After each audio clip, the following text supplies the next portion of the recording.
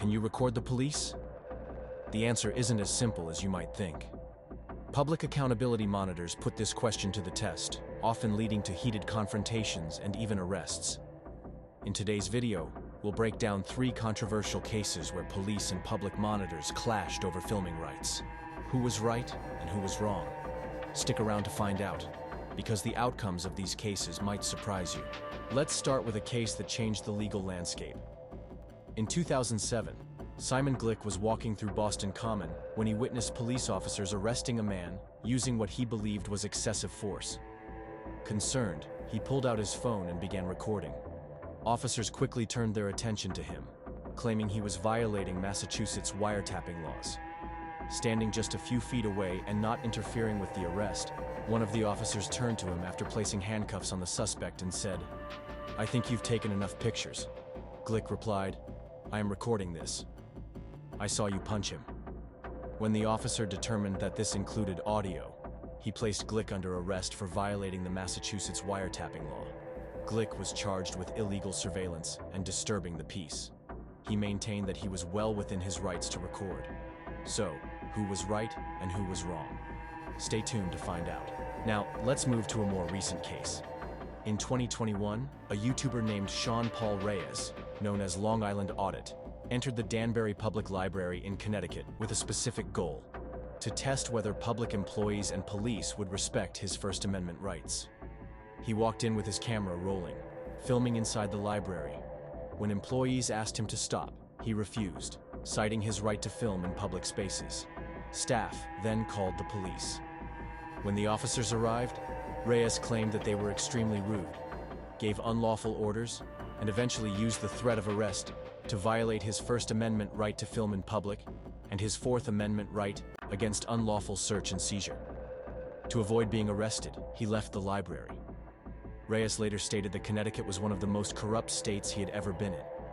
After the video of the incident was uploaded, 4 Danbury police officers were reprimanded following an internal investigation. A month later, Reyes was involved in a similar incident at City Hall, where he was arrested for trespassing. So, who was right and who was wrong? Stick around to find out. Let's revisit our first case. Did you decide who was right or wrong? The answer is that Simon Glick was right. The United States Court of Appeals for the First Circuit held that a private citizen has the right to record video and audio of police carrying out their duties in a public place. The court determined that Glick's arrest for a wiretapping violation violated his First and Fourth Amendment rights. The charges were dismissed, and he filed a civil rights lawsuit against the officers and the city.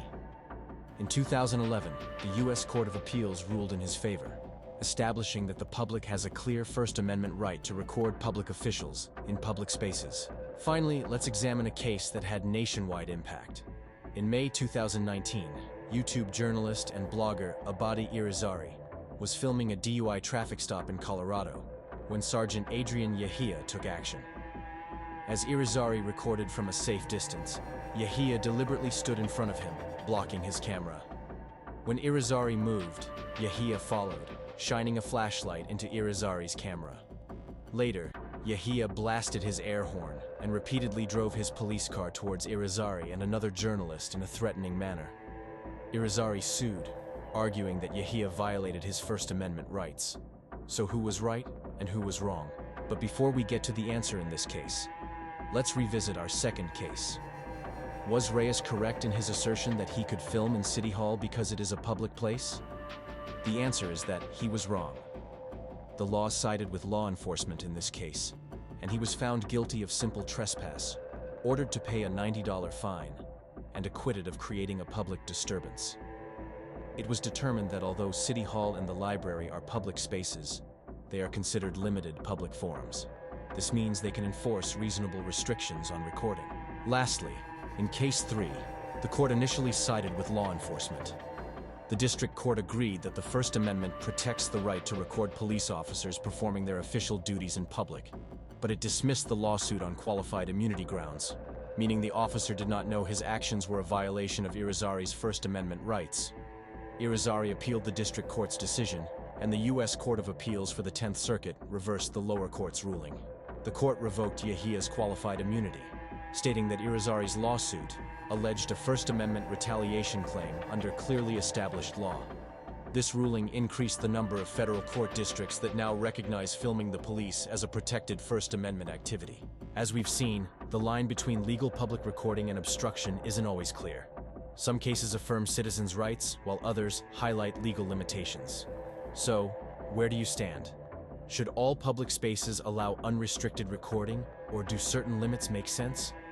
Drop your thoughts in the comments. If you found this breakdown insightful, hit like, subscribe, and turn on notifications for more videos analyzing police encounters, First Amendment rights, and legal rulings. See you in the next one.